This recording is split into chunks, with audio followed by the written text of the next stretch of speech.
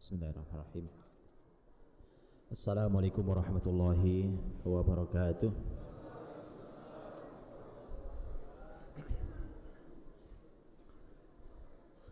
Alhamdulillahilladzi anzala sakinata fi qulubil mu'minin liyazdadu imanan ma'a imanihim.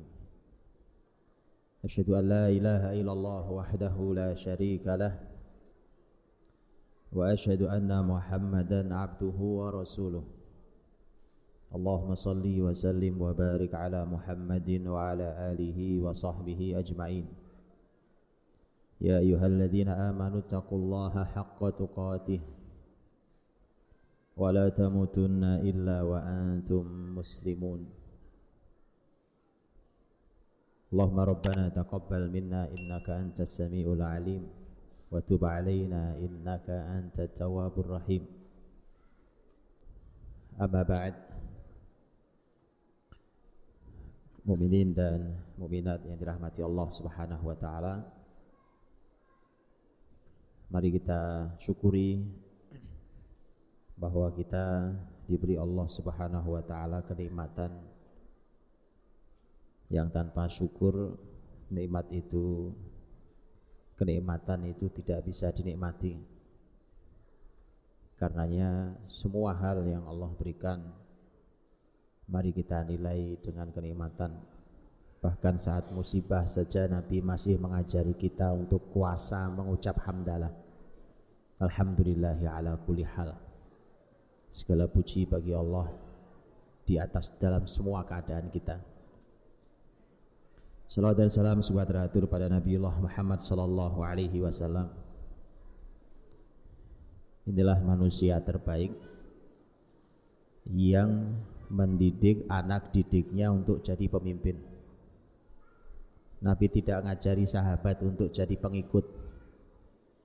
Nabi mengajari sahabat untuk menjadi pemimpin. Dan inilah yang akan kita bahas hari ini.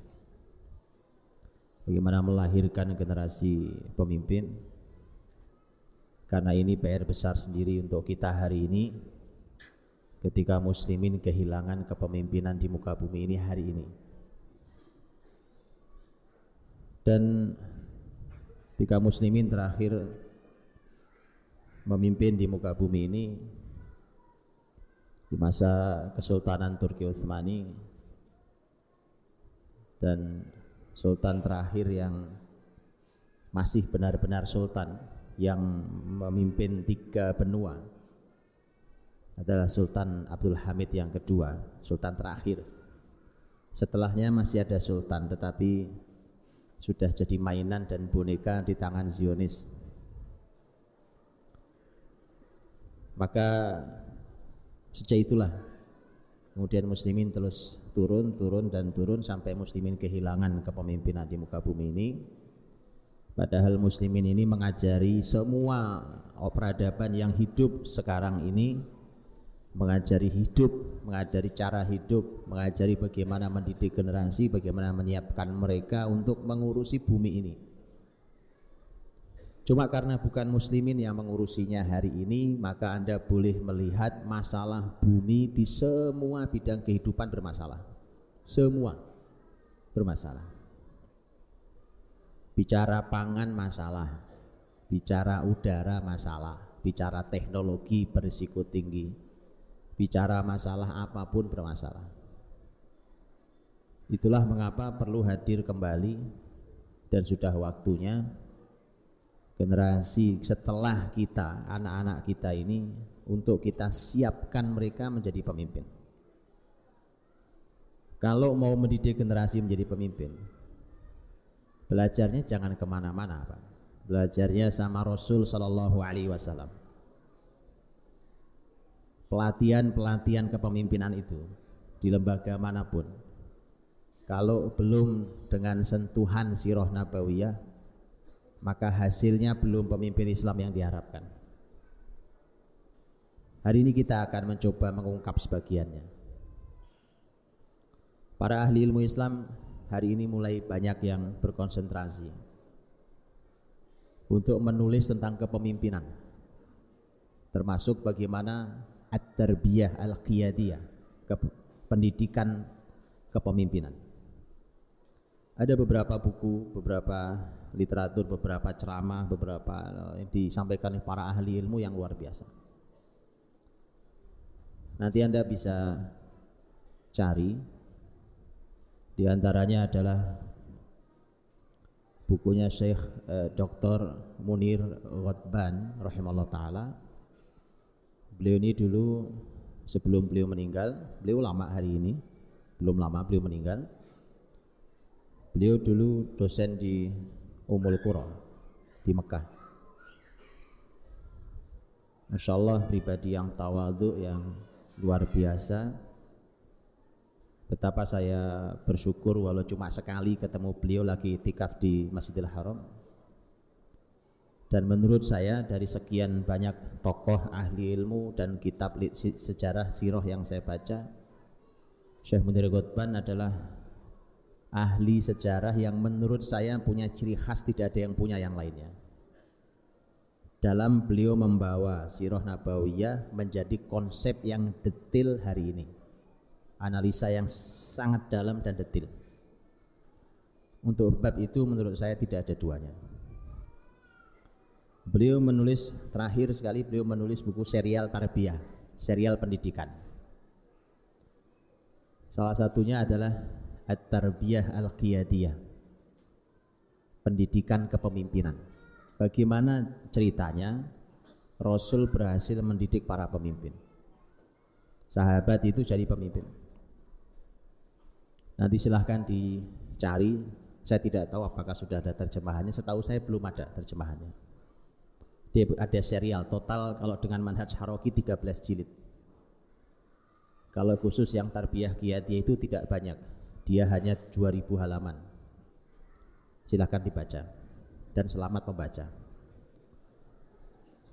Memang begitu. Memang kita ini diminta iqra untuk menyelesaikan seluruh masalah hidup kita. Mari dibaca, Pak. Ayo kita baca. Saya nggak tahu kalau ada tidak ada terjemahannya, antum download di web ada gratis. Kitab-kitab Arab itu gratis antum download. Makanya solusi untuk dapat kitab gratis bisa bahasa Arab. Kalau bahasa Indonesia dijamin beli, antum harus beli. Kalau ini gratis, gratis. Antum downloadin kitab sampai berkali-kali habis sampai kuota antum. 2000 halaman beliau menulis tentang tarbiyah qiyadiyah. Tentu ada tulisan-tulisan yang lain, tapi ini salah satunya. Dan saya harus menyampaikan data awal dulu supaya kita semuanya menyadari betapa dahsyatnya pendidikan kepemimpinan Nabi SAW. Data ini ingin saya sampaikan sebelum nanti kita bicara tentang bagaimana melahirkan pemimpin itu. Saudara-saudariku yang dirahmati Allah Subhanahu wa taala.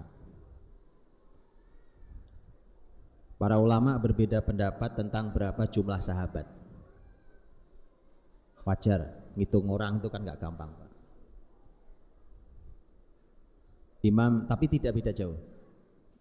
Imam Ibnu Abi Hatim rahimahullah ta'ala, seorang ulama besar ilmu hadis, dan Imam As-Suyuti rahimahullah ta'ala, beliau berbeda pendapat tentang berapa jumlah sahabat. Kalau saya ambil di jalan tengahnya, maka kurang lebih jumlah sahabat sekitar 100 sekian belas ribu orang, 110 sampai 120 ribu orang jumlah keseluruhan sahabat. Jumlah keseluruhan sahabat Nabi itu dari mulai sahabat yang dekat dan hari-harinya bersama Nabi dengan sahabat yang cuma sekali ketemu Nabi kemudian tidak pernah ketemu lagi. Ya. Dan tentu nanti beda kualitasnya, pasti berbeda. Ada sahabat yang berpuluh tahun bersama Nabi, ada sahabat yang ketemu hanya sebentar dengan Nabi. Dari sejumlah itu, menurut hitungannya tadi Syekh Dr. Munir Ghotban rahimahullah ta'ala, beliau menghitung bahwa dari sekian itu di antara mereka ada Nabi meninggalkan 2.000 pemimpin. 2.000 itu kelihatan banyak tapi enggak banyak. Kalau antum ukur berdasarkan wilayah yang dibimbing oleh sahabat, 2.000 tidak banyak. 2.000 itu seperti antum tahu bahwa Rasul wafat tahun 11. Negara terakhir dipimpin oleh sahabat dimulai dari Abu Bakar, sahabat memimpin setelah Nabi. Sahabat yang terakhir memimpin siapa? Muawiyah radhiyallahu anhu. Muawiyah radhiyallahu anhu meninggal tahun berapa? Habis kepemimpinannya. Kalau Abu Bakar tahun 11 mulai naik, Muawiyah mengakhiri kepemimpinan mulia beliau tahun 60 Hijriah. Itu masa pemimpin tertingginya sahabat. Tentu sahabat masih hidup setelah itu, tapi bukan lagi sebagai pemimpin tertinggi, bukan lagi sebagai khalifah. Setelah itu maka sudah berakhir pimpinan sahabat. Walaupun sahabat masih ada yang hidup bahkan sampai sekitar tahun 109 Hijriah. Yang terakhir meninggal. Nasyidriku dirahmati Allah. Dari masa Abu Bakar sampai Muawiyah radhiyallahu anhu majma'in. Anda bisa bayangkan wilayah bimbingan para sahabat. Itu kalau Jazirah Arab itu peninggalan Nabi. Nabi wafat, Jazirah Arab sudah masuk Islam. Walaupun murtad kembali tapi dikembalikan lagi oleh Abu Bakar. Begitu masuk wilayah Umar mulai perluasan. Persia, wilayah Irak dan sekelilingnya sudah diambil alih muslimin. Wilayah Romawi, Romawi Timur, sebagian wilayah Romawi Timur yaitu wilayah Syam. Dari 4 negara hari ini, Suriah, Palestina, Yordania dan Lebanon sudah di tangan muslimin. Dari situlah, dari Palestina itulah maka masuk nyebrang ke Mesir, dan Mesir pintu gerbang Afrika. Masuk ke Mesir terus ke arah barat. Di masa Umar berhenti di Libya. Begitu seterusnya. Zaman Utsman melebar lagi, lebih luas lagi, meluas lagi. Terus begitu sampai zaman Ali ada cukup banyak masalah sehingga Ali radhiyallahu anhu dan Abu Bakar itu sama-sama menyelesaikan masalah internal muslimin. Tapi setelah itu terjadi lagi kenyamanan, ketentraman luar biasa. Karena di masa 6 tahun terakhir kepemimpinan Utsman dan 4 tahun kepemimpinan Ali digenapi dengan 6 bulan kepemimpinan Hasan putra Ali, totalnya kurang lebih sekitar 16 tahun. Masa itu adalah masa muslimin punya konflik internal. Jadi pelajaran buat kita. Kalau ada konflik internal muslimin, antum balik ke tempat sejarah itu. Jadi kalau membaca sejarah itu jangan antum caci maki sahabat. Itu Allah sediakan sebagai zaman manapun muslimin belajar kalau ada konflik internal. 16 tahun muslimin dalam keadaan tidak nyaman seperti itu.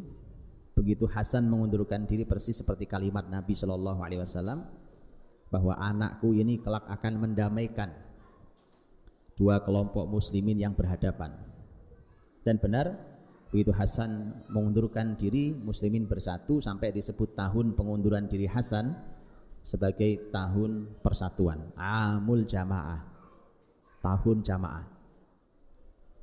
Dan setelah itulah maka naik Muawiyah radhiyallahu anhu, beliau memimpin selama 20 tahun lamanya. 20 tahun itu masa kepemimpinan yang kembali menjadi nyaman luar biasa. 20 tahun, kuat luar biasa. Muslimin bergerak seleluasa di zaman Umar dan Utsman. Singkat kata bahwa wilayahnya seluas itu sudah masuk sampai ke Asia. Wilayah seluas itu dikawal oleh 2000 pemimpin yang semuanya adalah sahabat Nabi sallallahu alaihi wasallam. Kemudian Dari 2000 itu, dari sahabat 2000-nya pemimpin, mereka dikawal oleh para ahli ilmu. Ahli ilmu di kalangan para sahabat yang mencapai derajat ijtihad, menurut hitungan terbanyak adalah hitungan Imam Nasai rahimahullah ta'ala, jumlahnya hanya 21 orang. Antum pasti akan bertanya, lu kok sahabat ternyata nggak banyak ahli ilmunya? Jangan salah paham. Definisi ahli ilmu di kepala kita dengan ahli ilmu di kepala sahabat beda, Pak. Hari ini antum, kita ini bisa mendefinisikan orang nggak jelas ilmunya disebut ahli ilmu. Baru baca 1-2 kitab ahli ilmu. Saya nggak bicara 1-2 ayat, 1-2 kitab bahkan disebut ahli ilmu. Memang keterlaluan zaman ini, Pak. Jangankan yang baca 1-2 kitab, wong yang baru ngaji saja sudah berfatwa. Ya salam, berani sekali dia masuk neraka, berani sekali. Itu nggak boleh, ahi. Hebat sekali antum, hebat sekali. Asal ada broadcast masuk, langsung sebarkan, jangan berhenti di antum. Subhanallah. Antum sudah analisa isinya, yakin itu ilmunya sesuai dengan Islam. Itu, Pak. Jadi jangan berpikirnya dengan definisi kita hari ini. Kalau sahabat itu, Pak, orang dengan ilmu sangat tinggi saja, ditanya nggak mau jawab, saking takutnya. Ngumpul begini semua sahabat Nabi, semua ahli ilmu ngumpul. Datang orang minta fatwa. Orang datang minta fatwa itu tahu bahwa kalau urusan ini saya nanya ke siapa. Datanglah ke salah satu sahabat yang dia tahu. Wahai sahabat Rasulullah, kalau begini menurut Anda bagaimana? Padahal dia ahlinya. Dia bilang, wah kalau ini coba Anda tanya sebelah saya ini lebih paham. Sebelahnya tentu tahu. Mau dia aja nggak mau jawab, apalagi saya. Padahal semua ahli ilmu. Muter itu 1, 2, 3 balik ke dia lagi. Orang hati-hatinya begitu. Itu orang dengan ilmu tertinggi yang ada. Orang-orang itu. Gak usah cuma ngomongin hafal Quran, hafal hadis, gak usah itu sudah gak usah dibicarakan kalau itu. Itu sudah otomatis. Karena namanya ilmu bukan sebatas orang menghafal. Menghafal Quran belum tentu tahu isi Qurannya. Menghafal hadis juga demikian. Kenapa? Karena ilmu itu punya perangkat, Pak. Ada sekian banyak ilmu alat, perangkat untuk menganalisa Quran hadis itu ada sekian ilmunya. Ya, sahabat yang disebut oleh Imam An-Nasai rahimahullah ta'ala, ahli ilmu yang berjumlah 21 itu level tertinggi. Sekelas Zaid bin Thabit, sekelas Abdullah bin Abbas, sekelas Abdullah bin Mas'ud, sekelas Umar bin Khattab, orang-orang dengan derajat ilmu yang mencapai titik ijtihad.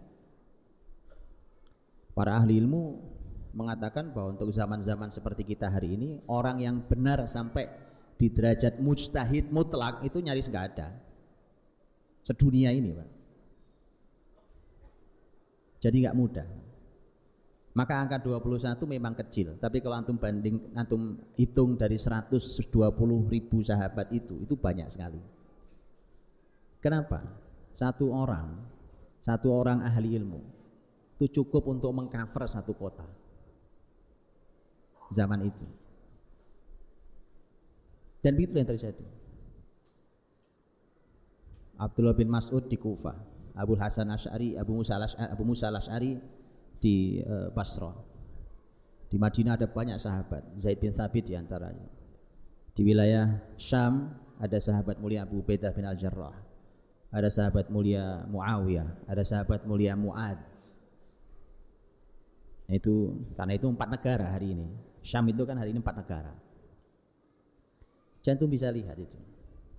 Bagaimana begitu luar biasanya.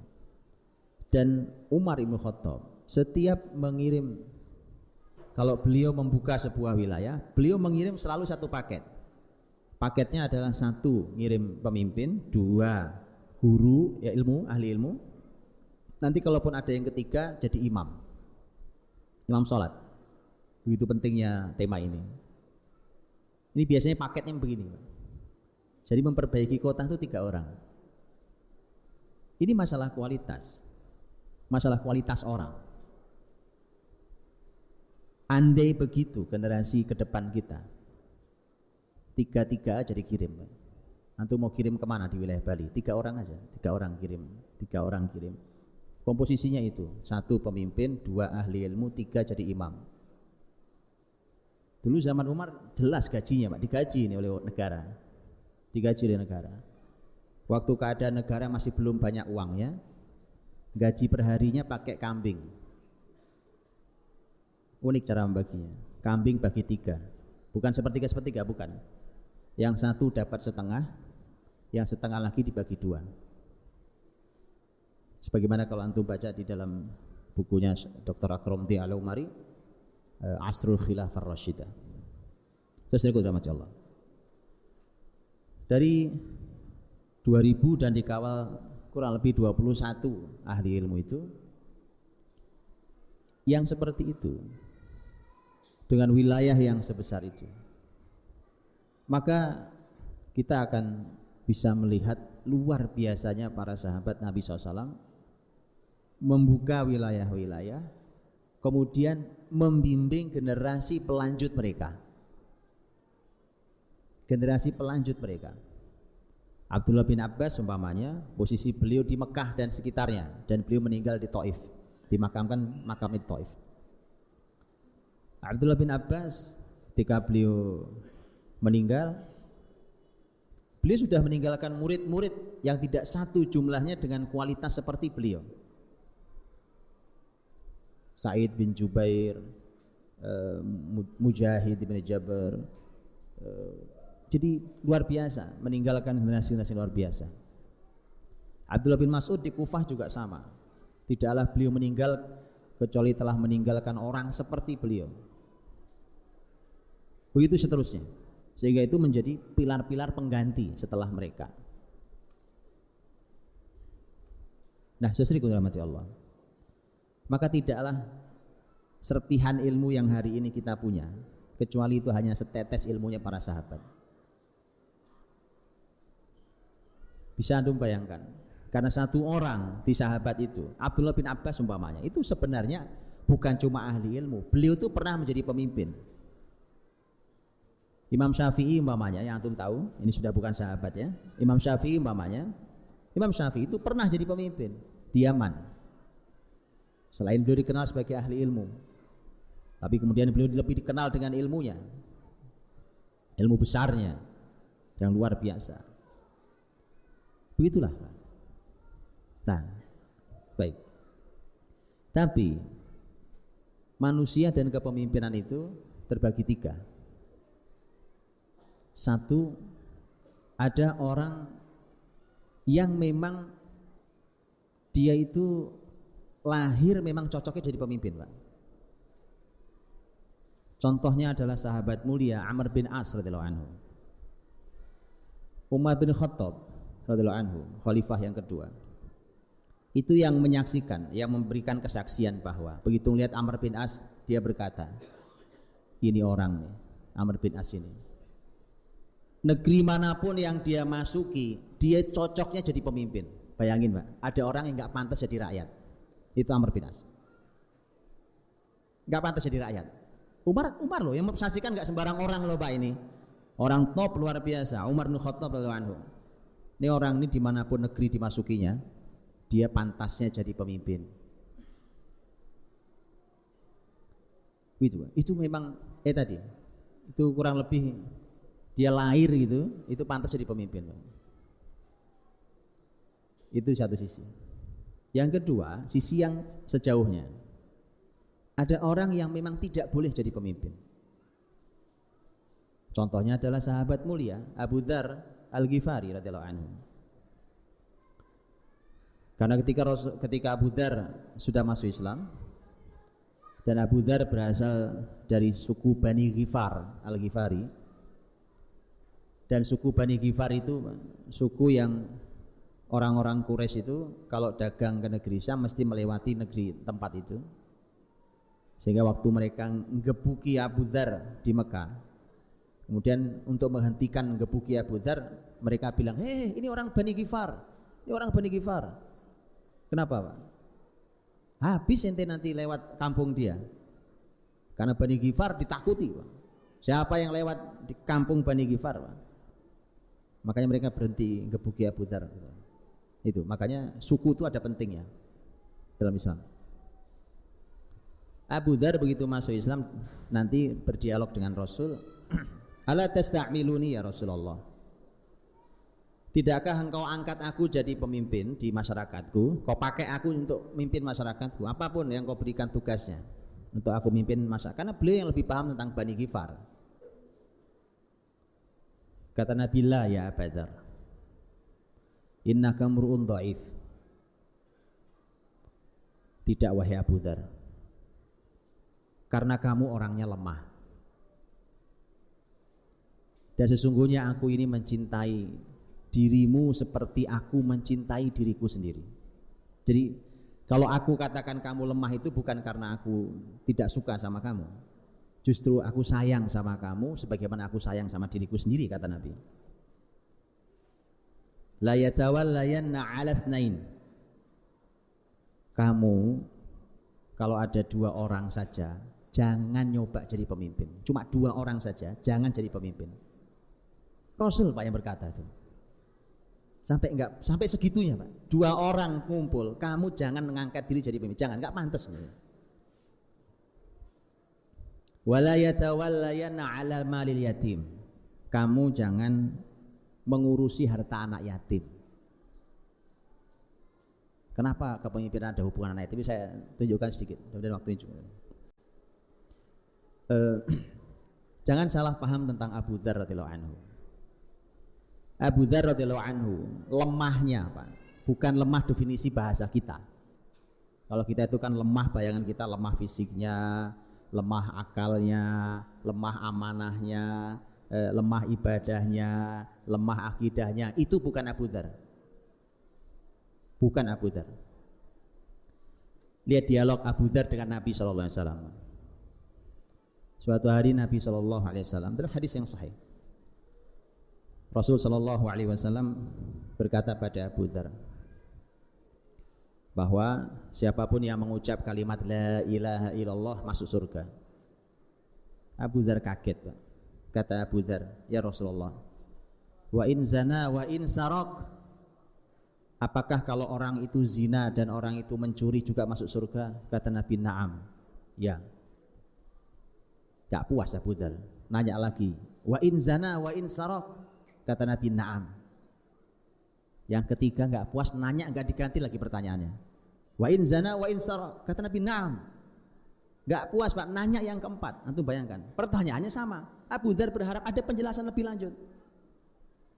Abu Dzar bertanya, wa in zana wa in saraq, kata Nabi, na'am, wa in rohima anfu Abi Dzar, kata Nabi, ya, walaupun Abu Dzar tidak suka.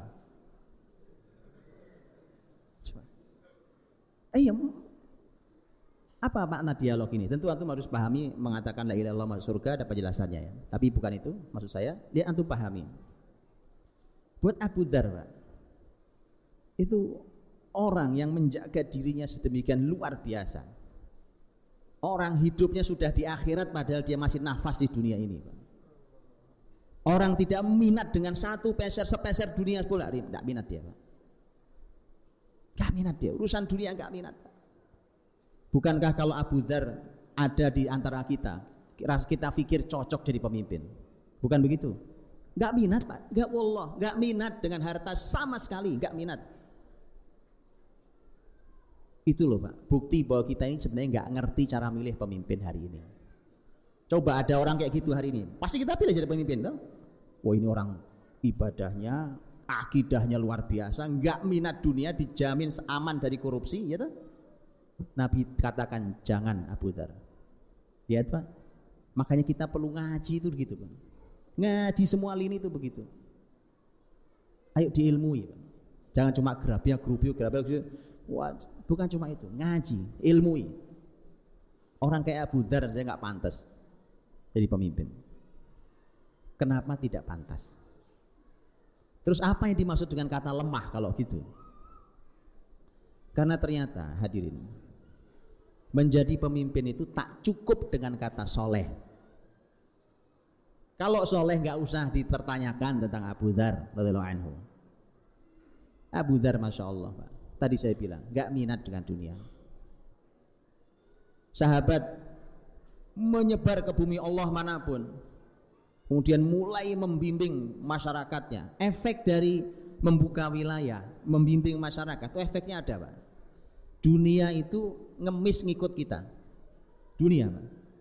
Kepemimpinan, harta, kekuasaan, itu semua masuk di kita. Abu Dzar ngelihat gitu tuh nggak nyaman, nggak kuat saya ngelihat beginian tuh. Abu Dzar izin ke Utsman radhiyallahu anhu. Utsman, saya mau mengasingkan diri aja. Ini apa ini? Dunia semua ini urusannya. Utsman sang khalifah mengizinkan dan diberi tempat di Robadah, sebuah tempat tidak jauh dari kota Madinah. Di Robadah, dan negara bertanggung jawab untuk mengurusi orang penting ini. Di sana sendiri hanya dengan istrinya, dan di sana beliau meninggal sendiri. Orang sesoleh itu, Pak, kata Nabi, tidak pantas jadi pemimpin. Kenapa? Karena kepemimpinan tidak cukup dengan kata soleh. Susah bayangkan itu. Apalagi nggak soleh, lebih nggak pantas lagi. Itu maksudnya, jangan salah paham ya. Ntar salah paham lagi gitu. Jangan salah paham. Sudah soleh saja belum pantas, itu maksudnya. Sudah soleh saja belum pantas. Kenapa? Karena kepemimpinan itu, menjadi pemimpin itu, ada hal-hal lain yang harus dia miliki selain kesolehan. Lihat, makanya Abu Dzar kata Nabi, kamu jangan memimpin 2 orang. Nggak bisa, kamu ngurusi 2 orang aja, nggak beres. Seni berinteraksi sama orang, bukan begitu? Abu Dzar itu ketemu orang, kemudian mulai ngomong dunia itu, udah marah hatinya, udah gelisahnya luar biasa, udah nggak minat saya beginian lah. Bicara kepemimpinan, bicara kekuasaan, itu kan ngurusi dunia, Pak. Bali, tanahnya berapa hektar yang nganggur, ayo kita urusi, kan urusan dunia itu. Walaupun kita tarik ke akhirat bisa. Ngomongin apa lagi di Bali, oh aset negara, oh aset apa, aset kota, kekayaan kota. Kan begitu. Abu Dzar risih ngomongin kita tuh. Ya apa ini, hidup kayak begini nih. Makanya Abu Dzar minta mengasingkan diri, minta izin ke khalifah, diizinkan oleh khalifah. Jadi kamu mimpin 2 orang saja, Abu Dzar, itu nggak pantas. Yang kedua, kamu jangan ngurusi harta anak yatim. Loh, ada apa? Ada apa? Kenapa Abu Dzar tidak boleh mengurusi harta anak yatim? Dan apa urusannya kepemimpinan dengan harta anak yatim? 2 pertanyaan. Yang pertama adalah, bukan Abu Dzar itu tidak amanah, Pak. Sekali lagi, kalau urusan amanah, nggak minat Abu Dzar dengan harta. Abu Dzar ini radhiyallahu anhu itu, beliau merasa dengan kesimpulan beliau tadi, wong orang masuk surga aja beliau protes tadi kan. Maka Abu Dzar itu, contohnya adalah hadis Nabi sallallahu alaihi wasallam.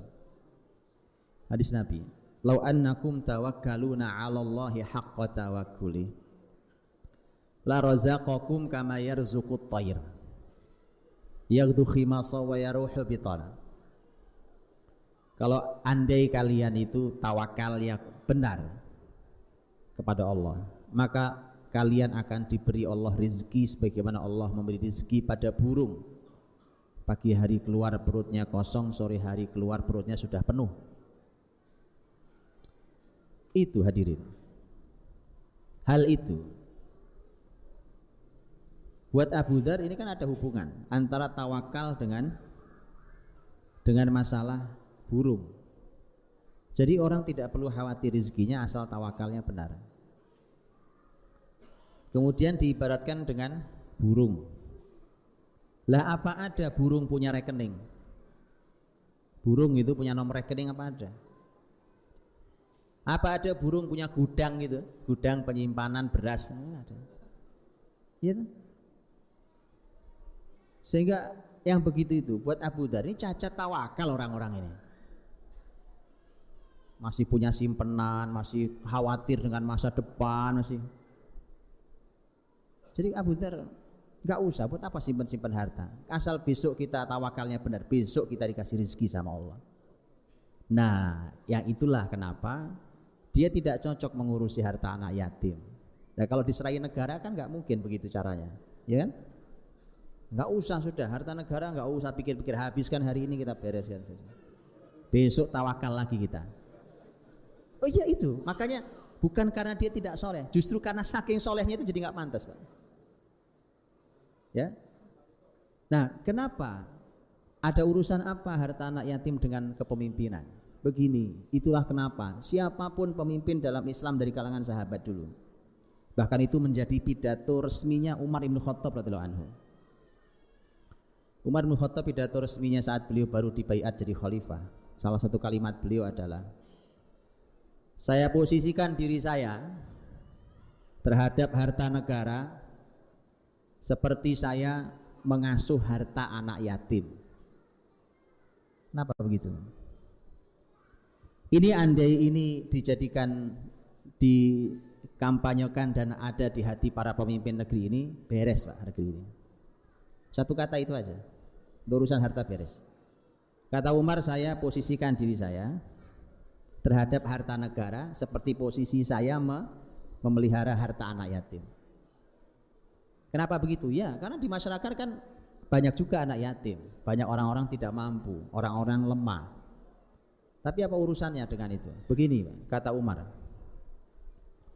radhiyallahu anhu, beliau mengatakan, kalau saya berkecukupan, saya tidak perlu mengambil harta negara. Saya nggak ambil gaji. Saya kalau orang kaya nggak perlu saya ambil gaji. Buat apa harta saya banyak? Tapi kalau saya tidak berkecukupan, saya kekurangan, maka saya hanya akan mengambil yang baik, mengambil dengan cara yang baik. Bahkan Umar memperjelas kalimat yang baik itu. Cukuplah buat aku rizki untuk keluargaku, 2 baju, 1 musim panas, 1 musim dingin, dan kendaraan yang mengantarkan aku untuk ibadah ke Baitullah. Diperjelas Pak definisinya. Ya kan saya bilang. Makanya kayaknya ada perlu kursus lagi Pak. Calon pemimpin di negeri ini harusnya kursus suruh ngurusi dulu harta anak yatim. Kalau benar baru boleh kita pilih jadi pemimpin. Biar dia tahu ini orang-orang yang lemah, yang dia perlu dijaga masa depannya. Miris Pak. Mau sumbangan untuk orang miskin juga dimakan juga, coba bayangkan. Kebayang dah coba. Saya nggak usah ngomong dalil deh, ngomong hati nurani. Anda nih manusia atau setan? Ngomong hati deh, nggak usah bicara ayat, nggak usah bicara hadis, nggak usah bicara akhlak, nggak usah bicara budaya ketimuran deh. Ngomong hati Pak, punya nurani enggak sih? Bantuan buat orang miskin disikat juga. Nggak usah bicara pakai dalil. Makanya lihat betapa hebatnya kepemimpinan para sahabat. Karena semua pemimpin memposisikan dirinya seperti memelihara anak yatim. Harta negara itu dia pikir, wah ini harta anak yatim nih. Hitung lihat anggaran negara, oh ini anggaran anak yatim nih. Gitu Pak. Jadi hati-hati betul. Karena Quran mengatakan, faman kana ghaniyan falyasta'fif, ya kan? Faman kana faqiran falyakul bil ma'ruf. Yang kaya ya mendingan gak usah ambil deh. Tapi kalau yang nggak berkecukupan silahkan ambil dengan cara yang baik. Taib. Jadi hadirin, ada orang yang seperti Abu Dzar radhiyallahu anhu yang memang tidak boleh jadi pemimpin. Tapi kebanyakan manusia, kebanyakan orang posisinya tidak di dua-duanya, di tengah posisinya. Yaitu ini kebanyakan kita, kebanyakan manusia. Dia bisa menjadi pemimpin, tetapi dengan cara belajar, berlatih. Kalau kayak tadi lahir aja pantas jadi pemimpin. Kalau yang ini sudah seperti apapun nggak boleh jadi pemimpin. Kalau yang tengah, belajarlah Anda, berlatihlah Anda baru layak jadi pemimpin. Bisa, semua bisa. Ini rata-rata di situ posisinya. Begitu pemetaannya. Baik. Nah kemudian ada data lagi yang mau saya sampaikan. Ini waktu saya 10 menit lagi nih. Ada data lagi karena saya belum masuk gimana mereka dilahirkan. Tapi ini hitungannya Syekh Dr. Munir Ghorban tadi di salah satu ceramah beliau, bukan di salah satu ceramah beliau. Beliau mengatakan bahwa kurang lebih 3/4 sahabat Nabi itu rata-rata umurnya 20 tahun. 3/4 sahabat 20 tahun. Saya tambahin lagi datanya. Ibu kota muslimin pertama itu mana? Madinah. Madinah. Madinah siapa yang buka? Mus'ab bin Umair. Mus'ab bin Umair enggak sendirian. Mus'ab bin Umair make link muslim yang di sana sahabat mulia As'ad bin Zurarah yang sudah masuk Islam di tahun 10 kenabian, kemudian ikut baiat 1 dan 2. As'ad bin Zurarah dengan Mus'ab yang menyampaikan Islam karena yang punya banyak ilmu adalah Mus'ab. As'ad bin Zurarah yang punya link dan punya strategi dan tahu pemetaan Madinah. Maka begitu datang Usaid bin Hudzair radhiyallahu anhu, datang bawa tombak itu ngusir, ngapain berdua sini, pulang sana, ganggu Madinah. Itu As'ad bin Zurarah sudah bilang kepada Mus'ab, ini orang nih kalau kau bisa Islamkan, ini orang didengar di masyarakatnya, Maka Mus'ab dengan tenang dia mengatakan, begini, kalau Anda mau, Anda duduk, kita bicara. Kalau yang saya bicarakan Anda ridho, alhamdulillah. Tapi kalau tidak, saya pergi. Kata Usaid bin Hudzair, sepakat. Duduk Pak, sudah. Makanya gitu, antum sering-sering duduk sama non muslim itu untuk antum dakwai. Itu sengamuk-ngamuknya dia. Itu kalau dengar ayat Allah bisa meluluhkan hatinya. Duduk udah ngamuk-ngamuk pegang tombak Pak. Duduklah sih. Begitu duduk diajak bicara, disampaikan begini, begitu, ini ayatnya, ini Islam. Betapa indahnya. Berubah mukanya Pak. Berubah, siap menerima hidayah. Asyhadu an la ilaha illallah wa asyhadu anna Muhammad Rasulullah. Usaid bin Hudzair radhiyallahu anhu. Begitu masuk Islam, Usaid bilang, lihat Pak, zaman dulu betapa kuatnya seorang mukmin. Itu kalau mengajak ngomong orang kafir langsung masuk Islam. Begitu Usaid masuk Islam, Usaid bilang, di masyarakat Madinah ini ada orang yang kalau kamu berhasil mengislamkan dia, masuk Islam negeri ini, saya akan rekayasa, kamu tunggu di sini. Begitu Pak, baru masuk Islam langsung merekayasa. Jangan sampai Islam dari kecil nggak ngapa-ngapain. Islam dari lahir berkarya juga enggak untuk Islami. Jangan begitu. Ini orang baru detik itu masuk Islam. Kamu tunggu, saya rekayasa. Direkayasa sama Usaid bin Hudzair. Siapa orang itu? Sa'ad bin Mu'adz radhiyallahu anhu. Sa'ad bin Mu'adz yang oleh Nabi SAW ketika Sa'ad bin Mu'adz meninggal tahun 5 Hijriah, Nabi mengatakan ihtazza arsyur rahman bimauti Sa'ad. Bergetar arsy Allah yang Maha Rahman karena meninggalnya Sa'ad bin Mu'adz radhiyallahu anhu. Enggak sembarang orang ini. Gitu. Maka Usaid pulang ke Sa'ad bin Mu'adz. Kemudian karena sebenarnya yang ngutus Usaid untuk ngusir itu Sa'ad bin Mu'adz itu Pak sebenarnya. Yang ngutus itu Sa'ad bin Mu'adz kenapa enggak jalan sendiri? Kata Sa'ad, itu As'ad bin Zurarah yang sudah muslim bersama Mus'ab. Itu kan sepupu saya. Enggak enak saya. Itu enaknya, ya kan? Bersaudara sama. Anda pakai saja itu orang itu. Enggak enak saya. Maka begitu Usaid datang, orang-orang bilang, ya ini mukanya udah berubah ini. Orang tahu Pak, bahasa mereka adalah dia berangkat dengan wajah yang berbeda dengan wajah dia kembali. Itu bahasanya. Kelihatan, makanya orang beriman itu kelihatan mukanya, ya kan? Kelihatan mukanya. Orang kafir aja tahu Pak. Ah ini berubah nih, kelihatannya udah masuk Islam kelihatannya. Jadi dugaan mereka benar bukan? Benar. Sudah, tapi dia nggak ngomong. Gimana Usaid? Kata Sa'ad bin Mu'adz. Udah, saya udah bicara sama mereka. Udah tenang aja, itu sih aman-aman, beres, urusan beres. Cuma bukan itu masalahnya. Masalahnya begini. Itu sepupumu itu, As'ad bin Zurarah itu ternyata diancam mau dibunuh oleh salah satu suku. Coba lihat Pak.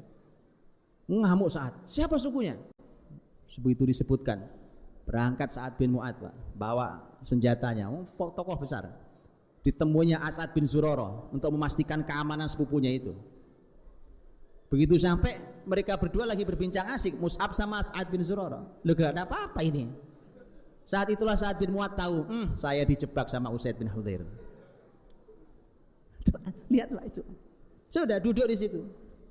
Sama ngamuk lagi. Pulang pergi. Ngapain di sini? Kata Mus'ab sama, duduklah di sini. Kalau anda mau saya bicara. Kalau Anda nggak setuju saya pergi. Tapi dengar dulu lah. Kata Sa'ad, ini fair. Duduk di situ, bicara. Mus'ab bicara radhiyallahu anhu. Masuk Islam Pak. Masuk Islam. Coba bayangkan. Nabi itu nggak pernah salah pilih orang. Ini pemimpin-pemimpin besar kayak gini. Duta pertama dalam Islam itu kayak gitu. Itu baru duta namanya. Duta besar. Dubes pertama itu Pak. Mus'ab bin Umair itu. Sudah masuk Islam. Lihat pemimpin tuh kalau beriman kayak gini Pak. Jadi antum-antum yang jadi pemimpin tuh Pak. Pemimpin perusahaan, pemimpin apa, pemimpin divisi apa, pemimpin lembaga, pemimpin kementerian, pemimpin dinas apa. Kayak Sa'ad bin Mu'adz. Supaya kalau antum meninggal bergetar asy Allah gitu. Begitu masuk Islam, saat kumpulkan masyarakatnya, tuh kan pemimpin tuh gitu. Kumpulkan masyarakatnya. Begitu kumpulkan masyarakatnya, saat bicara. Menurut kalian saya ini siapa? Masyarakatnya mengatakan Anda pemimpin kami, Anda orang terbaik kami, Anda yang kalimatnya kami dengar. Baik, kata Sa'ad. Mulai hari ini haram bagi saya bicara dengan kalian sampai kalian mau bersyahadat. Itu pemimpin namanya. Pemimpin itu begitu Pak. Kalau dia mimpin, dia kan punya kebijakan. Tidak boleh kantor ini sholat semua. Begitu Pak. Pemimpin itu begitu. Sa'ad bin Mu'adz, haram bagi saya bicara dengan kalian sampai kalian mau syahadat. Syahadat Pak semua orang. Maka bergetar arsy Allah yang Maha Rahman itu ketika Sa'ad meninggal. Nah, Mus'ab bin Umair, As'ad bin Zurarah, Usaid bin Hudzair, dan Sa'ad bin Mu'adz. Berapa umur mereka? 30-an tahun Pak. 4 orang, anak 30-an tahun, cukup untuk membuat ibu kota Islam. Itu maksud saya. Paham? Baik. Saudaraku dirahmati Allah. Nah itu semuanya, data itu. Tinggal kemudian bagaimana mereka dilahirkan itu. Bagaimana mereka dilahirkan itu teman-teman. Masya Allah. Tapi itu memang perlu pembahasan sendiri. Kita mendidik generasi kita setelah kita ini jangan salah didik Pak.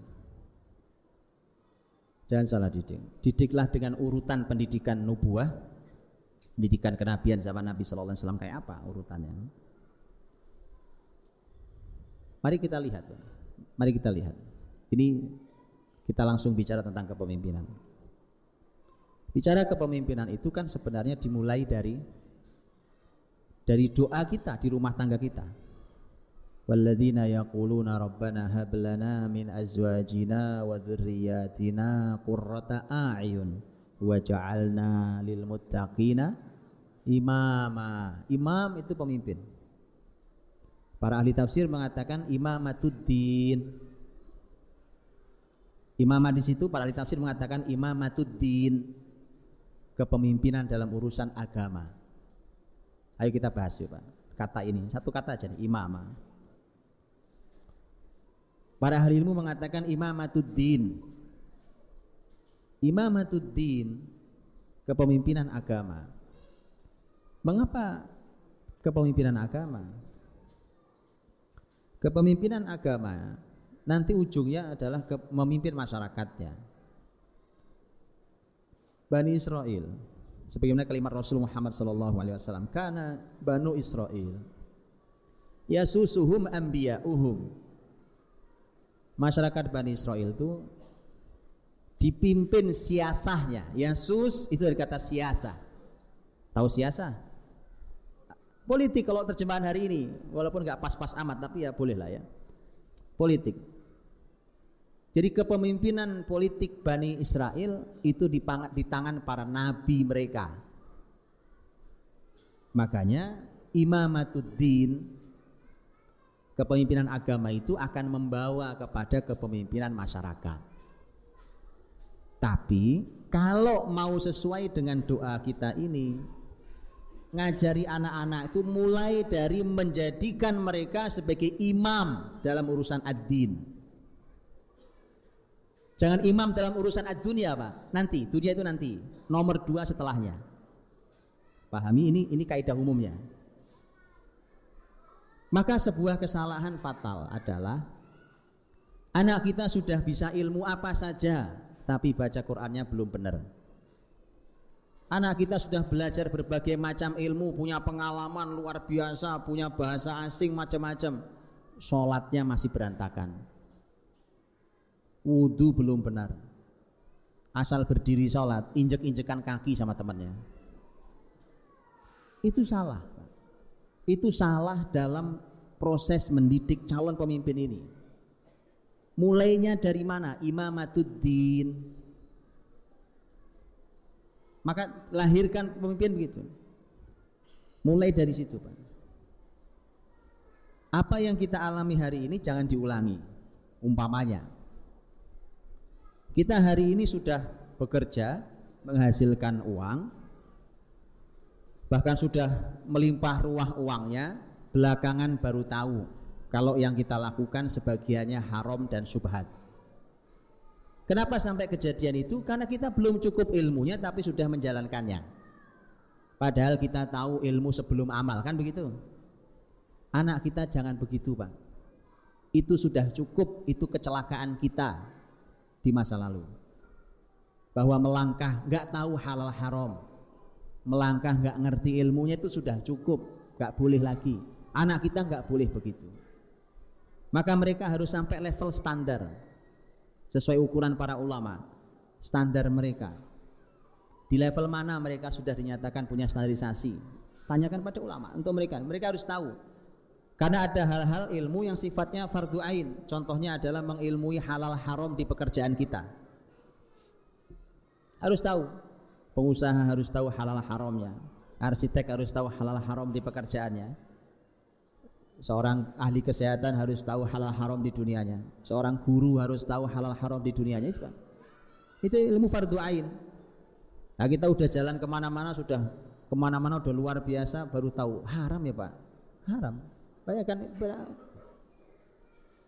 Nah itu gara-garanya kebalik kurikulum kita.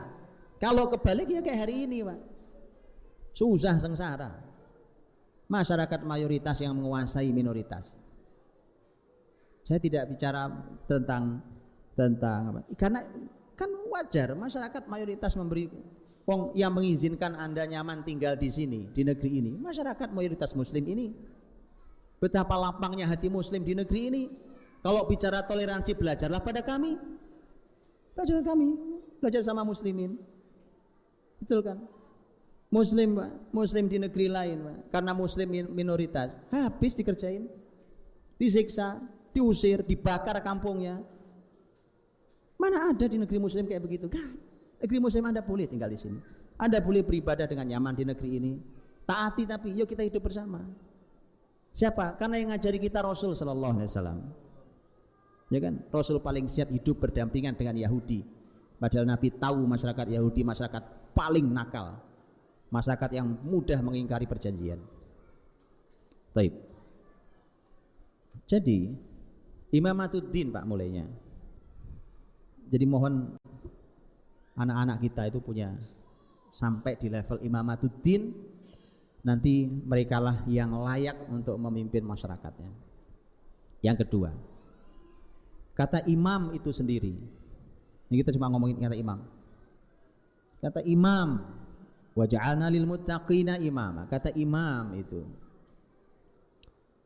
Seorang ahli tafsir seingat saya Syekh Muhammad Mutawalli Sya'rawi rahimahullah taala. Dan beliau Masya Allah orang yang menyampaikan ilmu tafsir di abad kita ini nggak ada duanya, Pak. Diakui dunia Islam nggak ada duanya. Ulama Mesir sudah meninggal rahimahullah taala. Beliau, seingat saya beliau yang mengatakan bahwa kata imam itu akar katanya dari kata amma, ya itu salah satu maknanya adalah pola. Tahu pola, Pak? Pola jahitan baju, tahu, Pak? Pola ya, tahu ya pola ya? Tahu semua ya? Penjahit itu, Pak. Kalau jahitnya cuma satu nggak usah buat pola. Tapi kalau dia ingin mengulangi jahitannya berulang-ulang, produksinya banyak, dia buat polanya supaya nggak ngukur satu-satu. Karena modelnya sama, ukurannya sama. Maka dibuatlah pola, tinggal krek selesai. Kalau seperti itu maka seseorang layak menjadi imam, jadi pemimpin kalau dirinya sudah jadi pola buat masyarakatnya. Itulah didikan besar Rasul Shallallahu Alaihi Wasallam kepada sahabatnya. Karena Rasul SAW adalah pola buat sahabatnya. Orang belajar ngelihat pola lebih gampang daripada dikasih teori, Pak. Tadi pokoknya jahit. Ayo Mas, jahit diukur begini, ukurannya sekian, coba lingkar ini diukur, ini coba kemudian ini jahit sebelah sini. Pusing, Pak. Kasih teori pusing. Mas gunting kayak ini ukurannya, gampang, krek selesai. Jiplak ukuran itu. Itu pola. Kalau pemimpinnya jadi pola, orang lain niru betapa mudahnya. Itu kunci keberhasilan kepemimpinan Rasul dan para sahabat. Karena Rasul SAW untuk mendidik para sahabatnya, Nabi tinggal membuatkan pola untuk dirinya, sahabat tinggal niru. Makanya antum lihat, sahabat ngeliatin ibadah Nabi, sahabat bilang, ya Allah kita ini gak ada apa-apanya sama ibadah Nabi. Sahabat ngelihat keberanian Nabi di medan jihad umpamanya, sahabat bilang, ya Allah ini Nabi berani sekali. Sampai sahabat mengatakan kalau ada perang, Nabi orang paling dekat dengan musuh. Bahkan kalau keadaan sangat sulit, kritis di medan pertempuran, kami berlindung di balik punggung Nabi SAW. Sampai begitunya gitu. Maka Nabi itu pola. Sahabat ngangkat batu nggak kuat waktu gali di Khandaq, datang ke Nabi, Rasulullah batu nggak bisa diangkat. Kata Nabi, pinjam kampak kalian. Sini kampaknya. Dihancurkan dengan 3 pukulan hancur. Sahabat ngelihat semua pola. Waktu masyarakat lapar, buka perut isinya batu, ngikat batu satu, ditekan supaya tidak lapar. Ngadu ke Nabi, Nabi senyum. Nabi buka perutnya sudah 2 batu mengikat perut beliau. Itu pola, Pak. Maka pasti tidak masuk. Masyarakatnya susah, sengsara, pemimpinnya berpesta. Pasti rakyat sakit hati lah. Kadang-kadang harta itu halal loh, Pak. Halal. Tapi namanya ilmu kepemimpinan itu sampai di level tidak semua yang halal kita ambil. Apalagi yang subhat sama yang haram. Paham ya? Kalau mau didik generasi seperti itu calon pemimpin begitu. Bisa jadi harta yang diambil halal, Pak.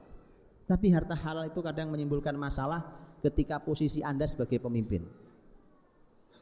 Makanya antum bedakan. Abdurrahman bin Auf radhiyallahu anhu, sahabat kaya raya. Itu aman dari fitnah, Pak. Dicintai, dikagumi orang, dipuja-puja orang. Kaya. Utsman radhiyallahu anhu juga kaya, tapi waktu Utsman memimpin, kaya dari dulu dia kaya. Tapi begitu jadi pemimpin difitnah gara-gara harta halalnya sendiri, Pak. Begitu. Makanya tidak mudah itu.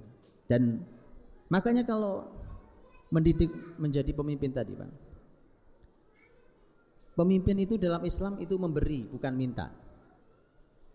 Melayani bukan menyusahkan.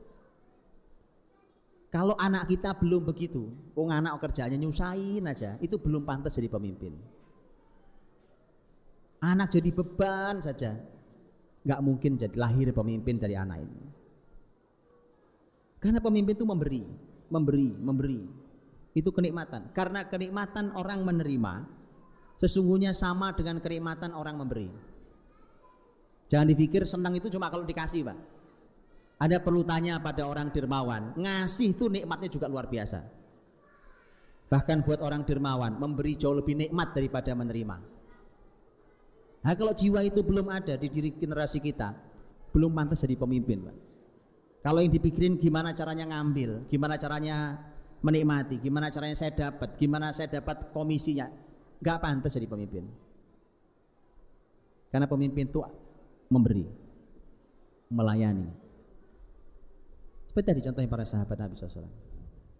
Baik, itu imam. Jadi buat pola segala hal. Sehingga pemimpin itu adalah teladan,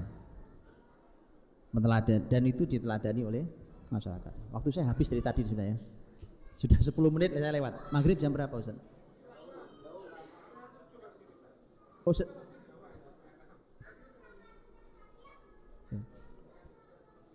Sekarang jam berapa sih?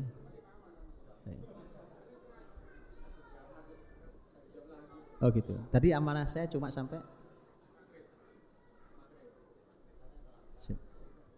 dikit lagi kalau gitu ya. Nanti kita buka, kalau ada waktunya kita buka tanya jawab. Karena ada tanya jawab yang sudah masuk saya. Baik, saudara kita rahmati Allah. Maka sifat pemimpin itu, dan nanti perlu belajar. Saya karena ini waktunya pendek dan pembahasannya panjang, saya cuma ngasih kunci-kunci dari tadi. Sisanya antum buka, antum belajar lagi, antum tanam itu di generasi, di anak-anak, di rumah anak didik segala macam. Antum buka Sirah Nabawiyah nanti, antum pelajari sejarah hidup Nabi Shallallahu Alaihi Wasallam di Mekah. Kapan Muslimin punya negara? Di Madinah. Di Madinah Muslimin punya kekuasaan penuh terhadap Madinah, ada tempatnya, ada peraturannya, ada rakyatnya, itu negara. Madinah. Di Mekah belum ada itu. Karena Mekah saat Nabi di Mekah, 13 tahun Nabi SAW di Mekah, itu Nabi SAW di bawah kekuasaan musyrik Quraisy. Maka bagaimana kalau gitu?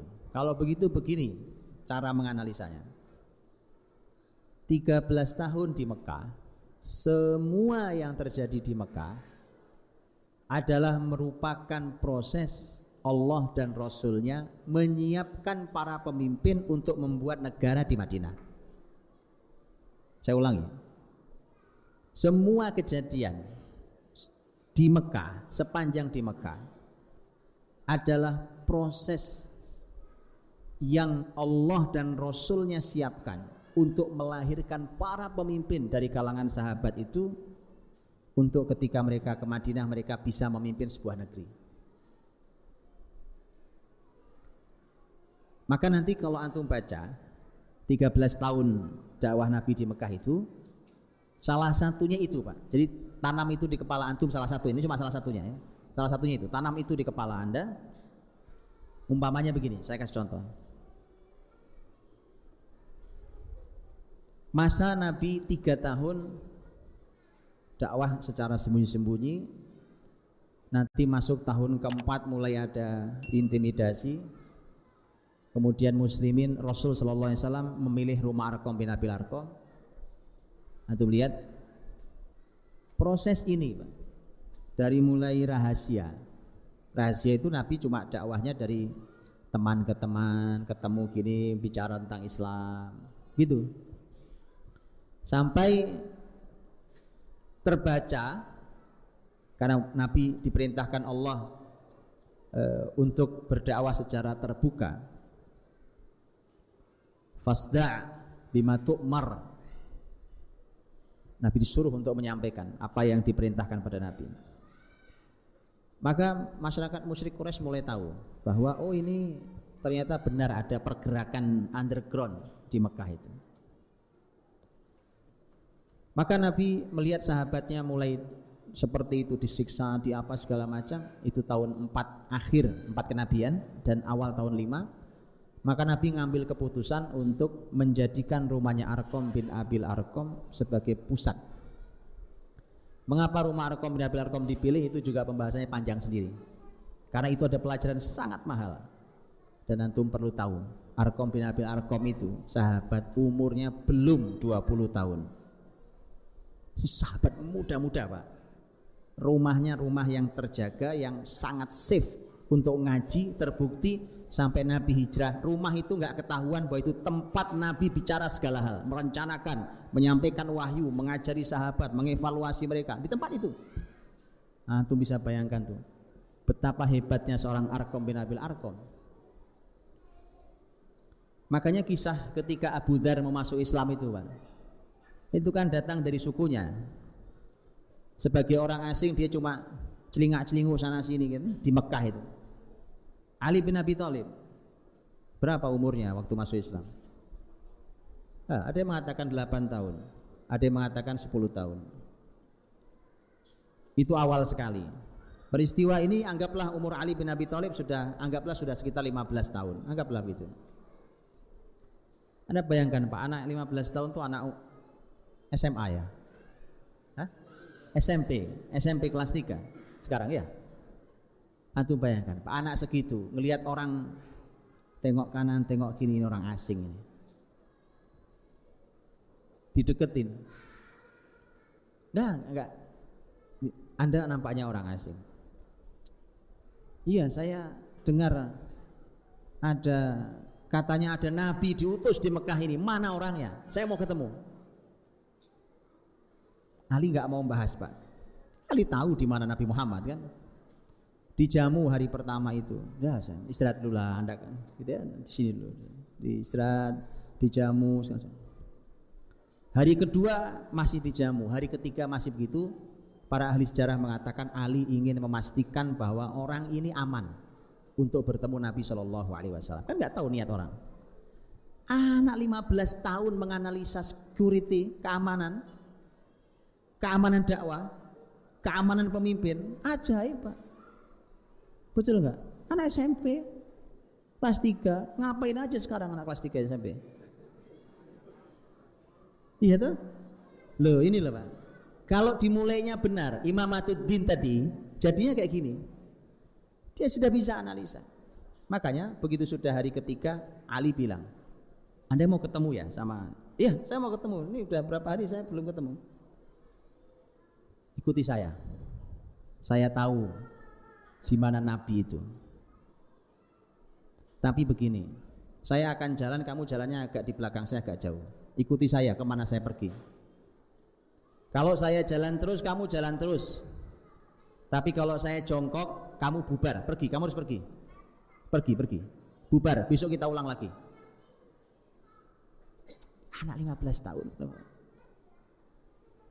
Karena kalau saya jongkok berarti pertanda keadaan tidak aman, sedang diikuti dan seterusnya. Ya Allah, anak segitu punya kesadaran intelijen yang tinggi, Pak. Antum bayangkan itu, gitu ya. Ini maksud saya. Nah, proses dari kejadian-kejadian di peristiwa 13 tahun di Mekah itu adalah cara Allah untuk menyiapkan para sahabat. Coba Anda lihat, sahabat Nabi itu kan perlu belajar tentang kata sabar. Mau pemimpin gak sabar gak jadi pemimpin. Makanya kalau hati antum termasuk hati yang sempit, gampang marah, gampang tersinggung, tolong jangan jadi pemimpin, Pak. Jangan jadi pemimpin. Jangan jadi pemimpin. Pemimpin itu hatinya lapang sekali. Fa'fu anhum wastaghfir lahum wasyawirhum fil amr. Itu semua kalau nggak hati lapang nggak bisa. Maafkan semua yang kau pimpin itu. Mohonkan ampun pada Allah. Ya kan? Musyawarahkan segala urusan. Itu orang hatinya lapang.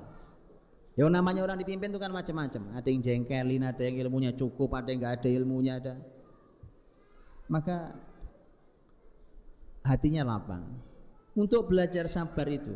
Maka peristiwa sulit di Mekah itu jadi pelajaran sabar para sahabat. Antum kan tahu bagaimana Bilal diarak keliling kampung, kemudian ditindih batu di padang pasir. Orang tahu semua karena di siang hari terik panas, panasnya padang pasir, tanpa baju Pak. Anda bisa bayangkan itu. Antum sekarang kalau ke Mekah Pak, kalau musim lagi panas, itu aspal itu Pak, aspal itu cair Pak. Anda boleh injek tuh, Anda injek aspalnya, lengket di sepatu. Itu kalau lagi musim panas. Kebayang nggak antum Bilal ditidurkan di terik musim panas? Sudah bayangkan itu. Bilal bertahan, ahad, disuruh murtad, suruh mencaci maki, ahad. Anda tahu itu? Itu proses begitu itu memang menyakitkan. Tapi itulah cara Allah dan Rasulnya menyiapkan para sahabat menjadi pemimpin besar. Baik yang menyaksikan ataupun Bilal sendiri. Gitu. Ammar bin Yasir. Antum tahu Ammar bin Yasir? Bapaknya ibunya disiksa di depan dia. Sampai ibunya meninggal ditombak di kemaluannya. Gak manusiawi mereka itu. Orang kafir kalau benci sama Islam kayak gitu Pak. Ditombak Pak. Ammar bin Yasir radhiyallahu anhu menyaksikan itu semua, enggak kuat Pak orang tuanya.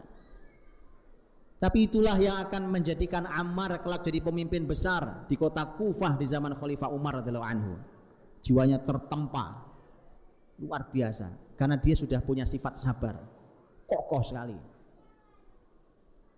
Makanya kalau punya anak gampang banget galau ya kan? Gampang banget putus asa, gampang banget ngeluh di Facebook, nggak pantas jadi pemimpin Pak. Paham ya? Nggak pantas ini. Lihat kayak ini kesabaran luar biasa. Nabi lewat, nggak bisa nolong Ammar. Nabi hanya mengatakan sabrun ala Yasir, fa inna mau'idakumul jannah. Sabarlah keluarga Yasir, karena tempat kalian di surga. Jadi hadirin, jadi itu kuncinya nanti antum pelajari. 13 tahun di Mekah itu adalah semua prosesnya adalah merupakan jawaban, merupakan proses pembelajaran untuk Allah menyiapkan Nabi dan sahabat itu punya negara di Madinah, dan negara nanti berproses berikutnya. Nah itu waktunya nggak ada, karena sudah habis waktunya, nggak mungkin saya ungkap satu-satu. Jadi kuncinya nanti silahkan dipelajari. Wallahu a'lam bishawab. Habis waktu saya. Sekarang bagaimana Ustaz? Baik, saya kira itu. Wallahu a'lam bishawab. Assalamualaikum warahmatullahi wabarakatuh.